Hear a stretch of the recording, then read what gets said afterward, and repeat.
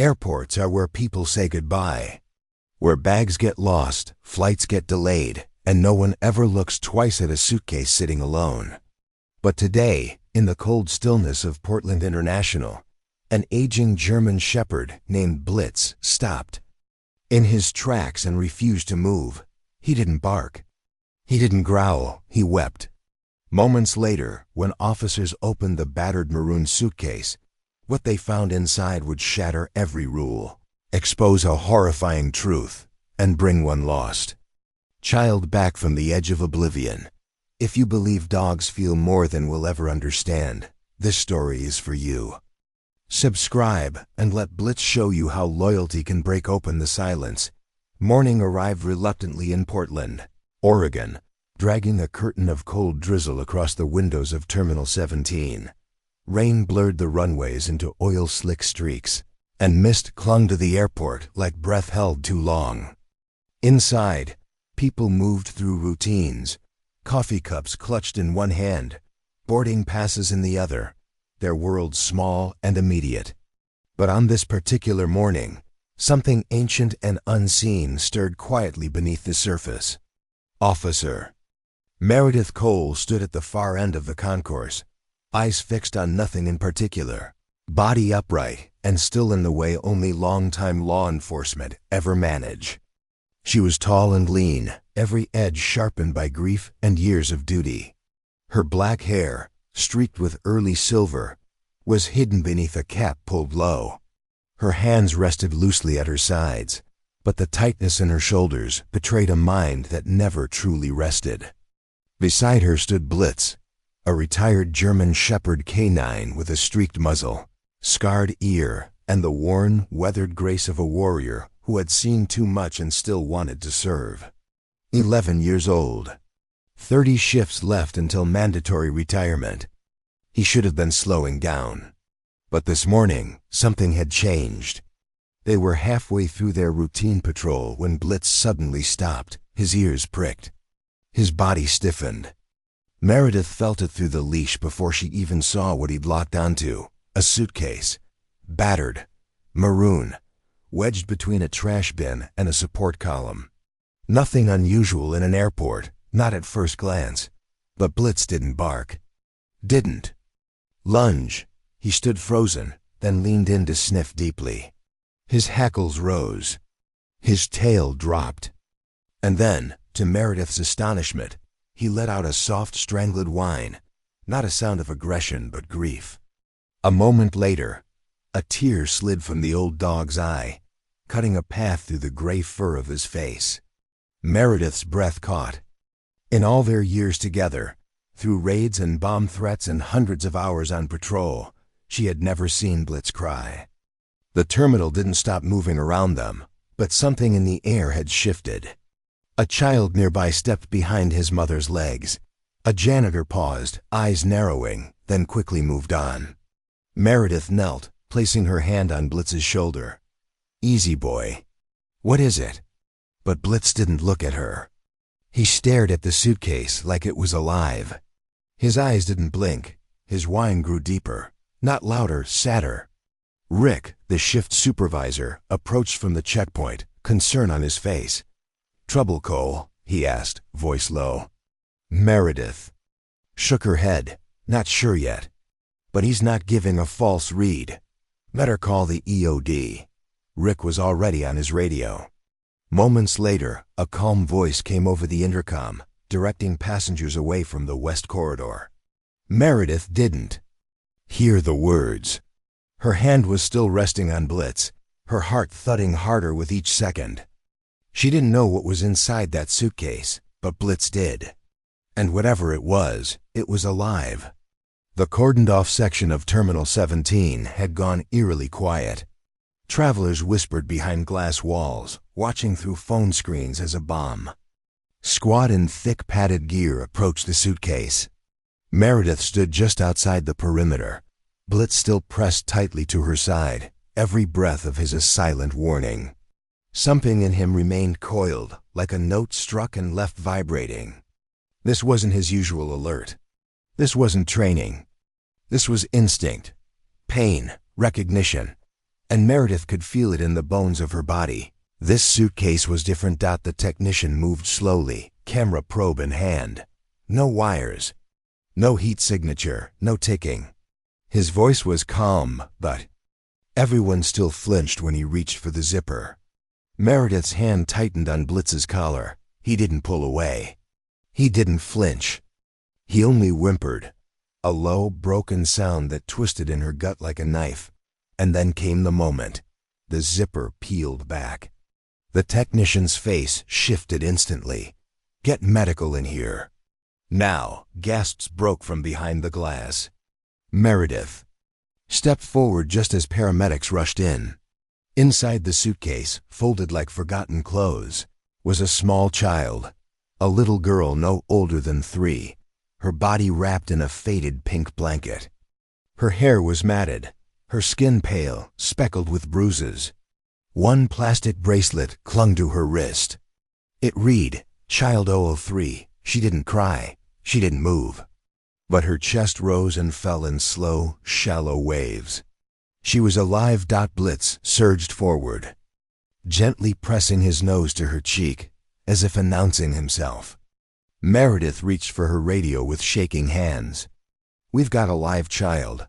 Unknown identity. Female. Approximate age, 3.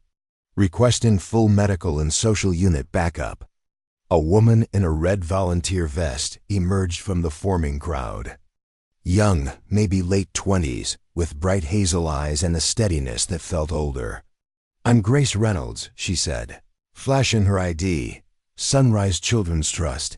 I help coordinate trauma response for minors."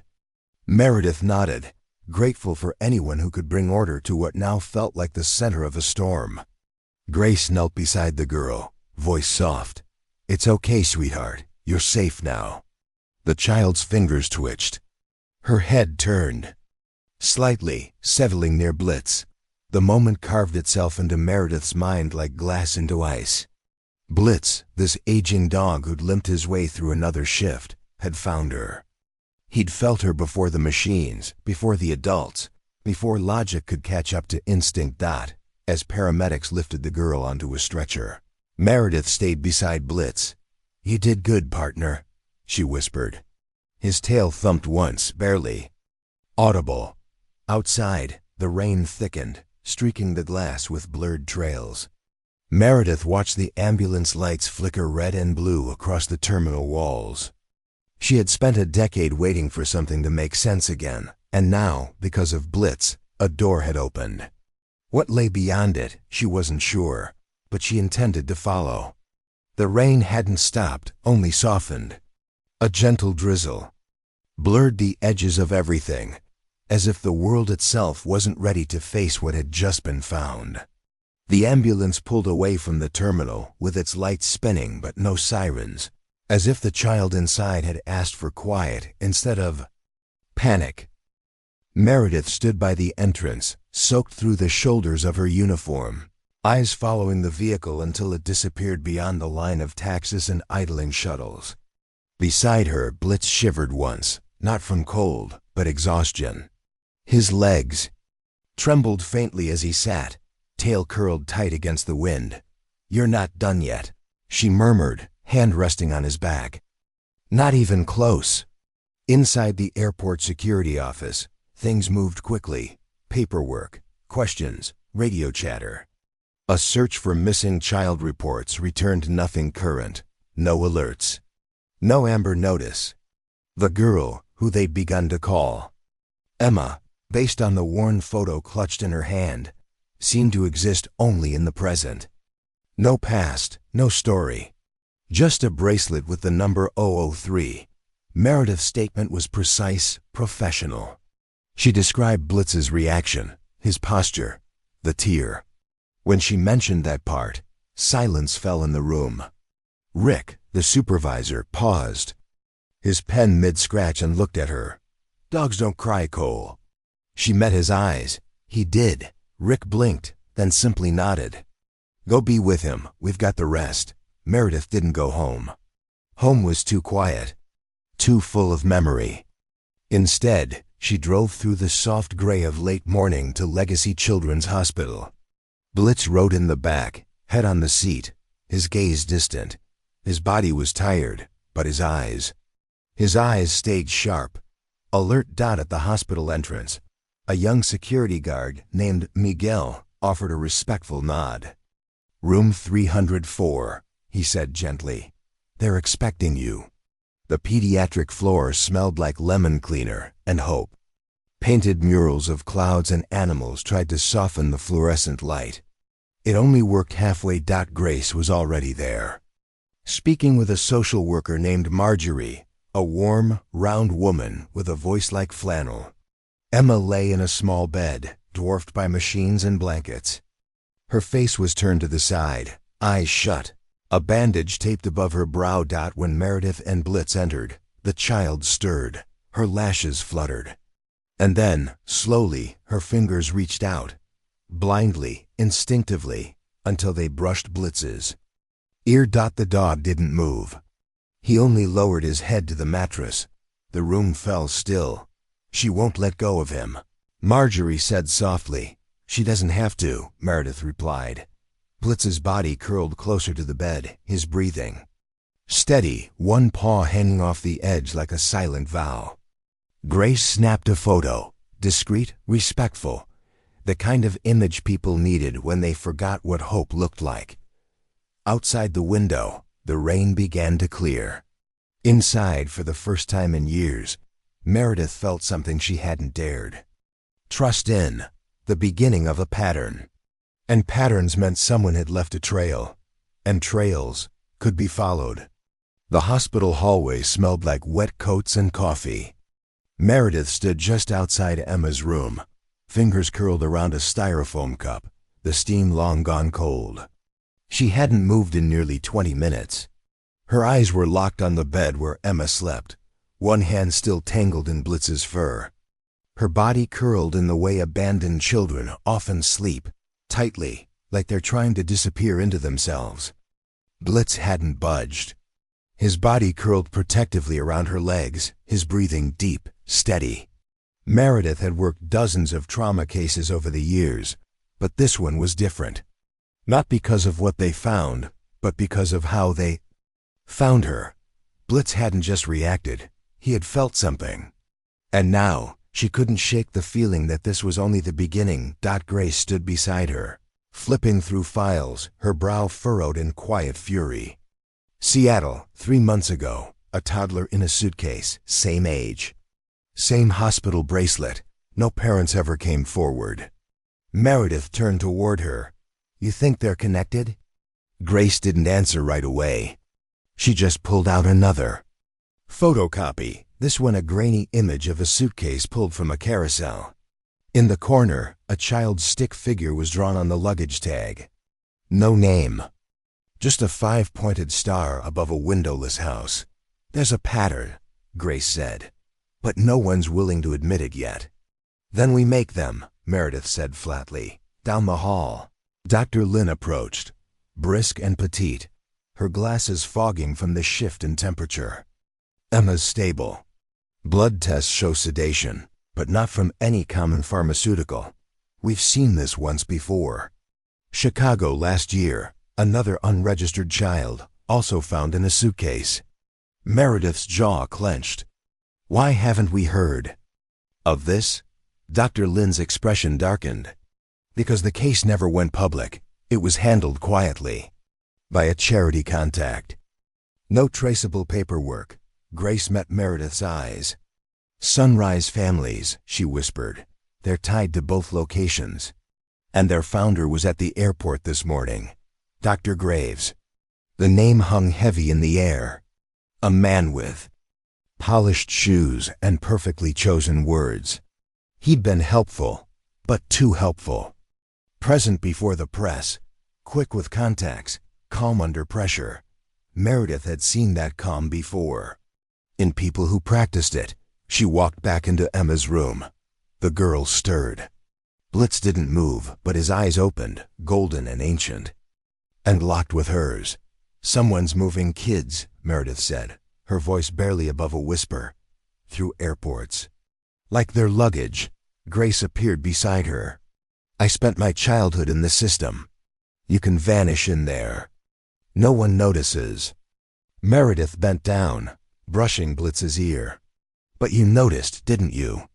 Blitz's tail thumped once. It wasn't enough to have found Emma. Not now. There were more suitcases, more numbers. More children who hadn't been discovered yet. And if Blitz could still stand, still sense what others couldn't, then she wasn't done. Not by a long shot. By nightfall, the hospital lights glowed like constellations above a sleeping city. Inside the pediatric ward, Emma slept, her tiny body still tethered to IVs and monitors, while Blitz kept silent vigil beside her. Meredith hadn't gone home. She couldn't. Her instincts were shouting now, louder than the exhaustion in her. Bones. Grace sat across from her in a plastic chair, phone screen casting pale light on her face. There's something else, she said quietly. I pulled Emma's hospital bracelet for analysis. Child 003, but Seattle's girl was 001, and Denver? They had a boy. 2, all bracelets from the same batch, same handwriting, same spacing. This isn't random. Meredith leaned forward, elbows on her knees, tension humming in every inch of her body. It's a sequence. Grace nodded. Whoever's doing this, they're tagging these kids. Like cargo. The words landed like gunfire in Meredith's chest. She thought of Emma folded inside that suitcase. Of the way Blitz had whimpered instead of barking. Of the tear. They're trying to keep these children off the grid, Grace continued. No records, no names, just numbers. And there, doing it in plain sight, the door opened gently. Miguel, the security guard, stepped in carrying 2 cups of coffee and a paper bag. Figured you could use fuel. He handed them off with a crooked grin, but the lines beneath his eyes betrayed worry. He glanced at Emma, then at Blitz. You think this is bigger than one kid? Meredith nodded. We know it is. Miguel pulled a chair close. What do you need? A name, Grace said. And someone with access to every security camera in this airport for the last 6 months. Miguel tilted his head. I can do that, but it won't be clean. You'll be stepping on toes. We're past clean, Meredith said. By midnight. Grace had pulled 6 more cases, all involving young children, all found in or near airport terminals, none officially connected. But now, thanks to Blitz, they were. The dog hadn't moved in hours. Only shifted once to adjust his position, as Emma murmured in her sleep. Meredith watched him, heart folding under the weight of what he'd done. He hadn't sniffed out explosives. He hadn't tracked a suspect. He'd found a girl no one knew was missing, because something inside her called out. And he heard it. A sharp knock on the glass startled them. Dr. Graves stood outside Emma's room, impeccably dressed, holding a wrapped box in one hand. His expression was calm, grandfatherly, but his timing? Too perfect. Meredith opened the door slowly. Doctor. I brought puzzles, he said gently. I thought she might need something to keep her hands busy when she wakes. His eyes flicked toward Blitz. Remarkable animal, truly. Meredith didn't smile. We have questions. Graves nodded solemnly. I figured you might. Behind him, the hallway stretched quiet and empty, but Meredith felt it shift. The story wasn't over. Not even close. And this man, this smiling, polished man, was standing at the very edge of it. Dr. Graves stood. At the threshold like he belonged there. Perfect coat. Steady voice. The kind of presence that made people instinctively lower their guard. But Meredith didn't blink. Not this time.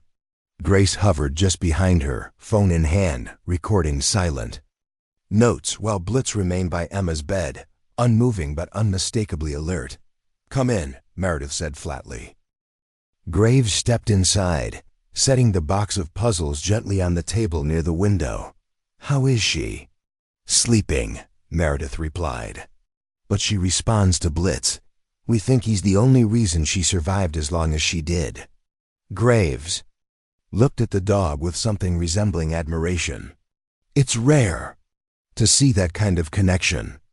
Dogs feel what we can't. Grace narrowed her eyes. Is that why she was numbered? Graves turned to her, a flicker of surprise flashing across his face. Just for a second. Excuse me?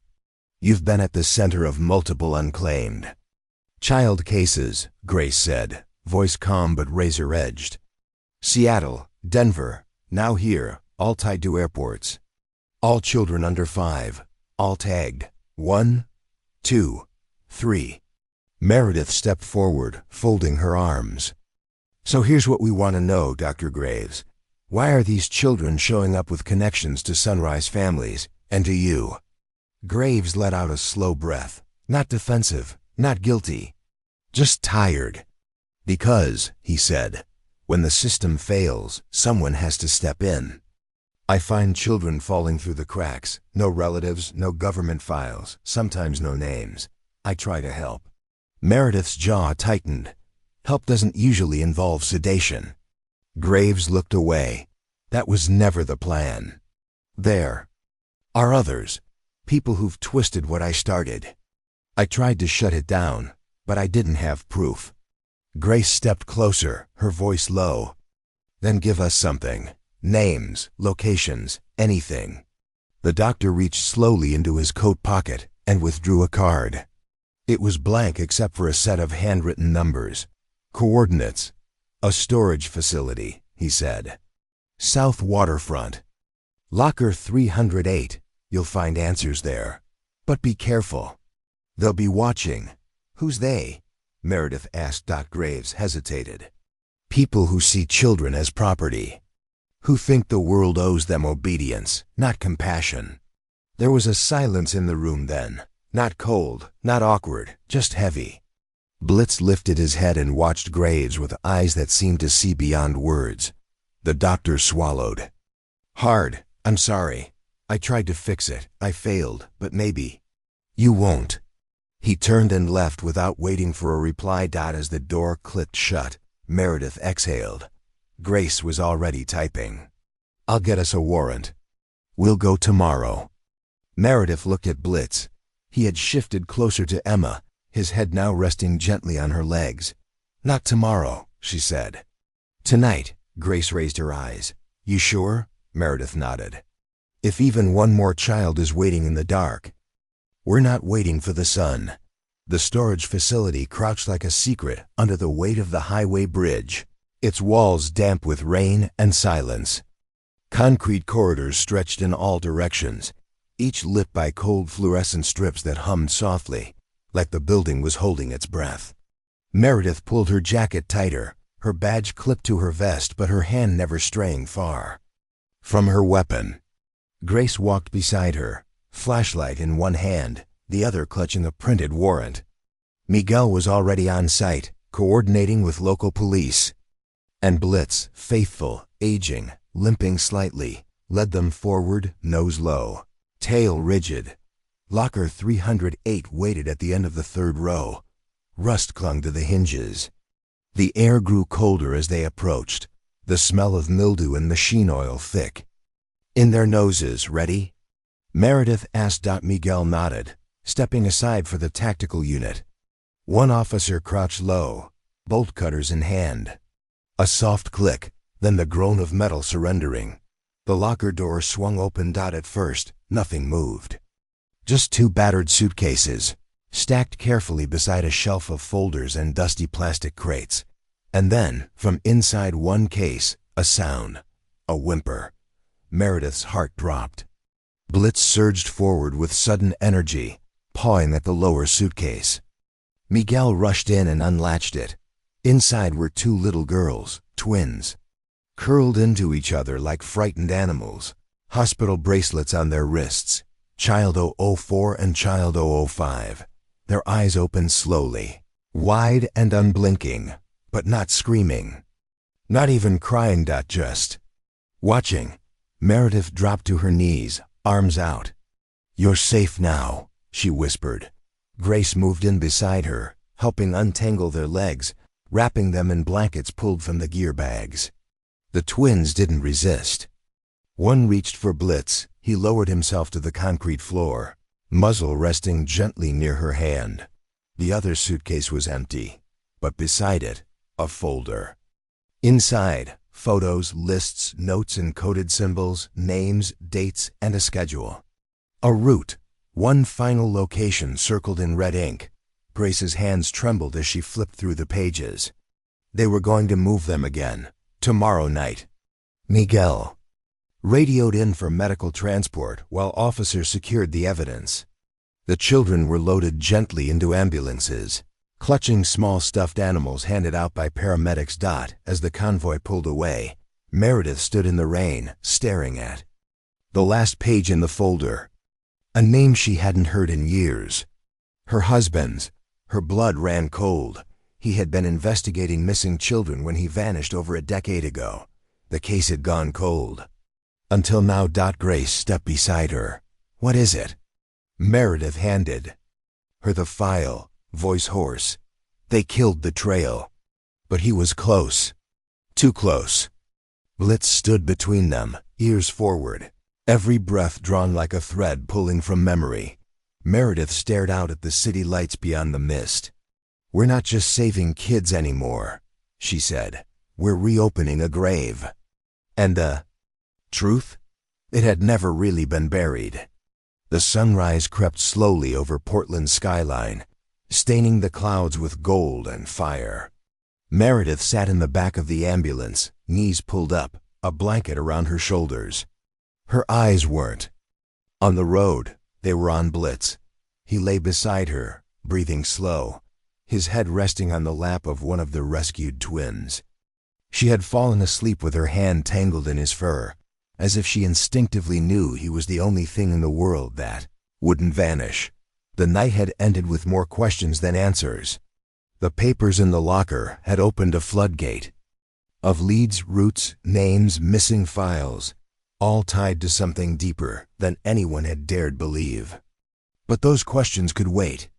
Right now, all Meredith could feel was the weight of the moment. Grace sat across from her, her voice barely above a whisper. "There are 6 more facilities just like that one. We think they've moved over 30 children across state lines." Meredith didn't respond right away. She reached out, stroking the top of Blitz's head. "Then we go after them, all of them." Blitz blinked once, his eyes glossy but present. He had given everything his. Body aching, his bones worn thin, but he had not left her side. Not when the suitcase cried. Not when the trail grew dark. Not even now, when rest pulled at him like gravity. The ambulance slowed as it arrived at the hospital. As they lifted the girls onto stretchers, Blitz tried to stand. Meredith knelt down. "It's okay," she whispered. "We're here." But Blitz, ever the sentinel, pushed himself to his feet, staggered once, then took 3 firm steps toward the doors. The hospital staff froze for a moment, watching a scarred, aging dog walk with the weight of ghosts and glory. Inside the pediatric wing, Emma sat upright for the first time. When she saw Blitz enter the room, her face lit up not with joy, but with recognition. She reached out, arms open. He walked to her, slow but proud, and rested his head in her lap. No one spoke. No one needed to. Later that day, Meredith sat alone on the roof of the precinct building. In her hands was a photo her late husband holding a file. On the back, scribbled in his handwriting, were 3 numbers. They matched the case folders found that night. He hadn't disappeared. He'd been silenced, but his work had lived on through clues, through quiet, and now, through a dog that refused to walk away. Weeks passed. Children were reunited. Homes were rebuilt. Sunrise Families was exposed, dismantled piece by piece. Graves vanished before his arrest. But Meredith didn't stop searching. And Blitz? He retired with honors, given a home where his only job was to lie in the sun and be adored. But on some mornings he'd wake early, wander to the door, and stare. As if waiting for one more suitcase, one more cry, because even when no one else is listening, A German shepherd still is.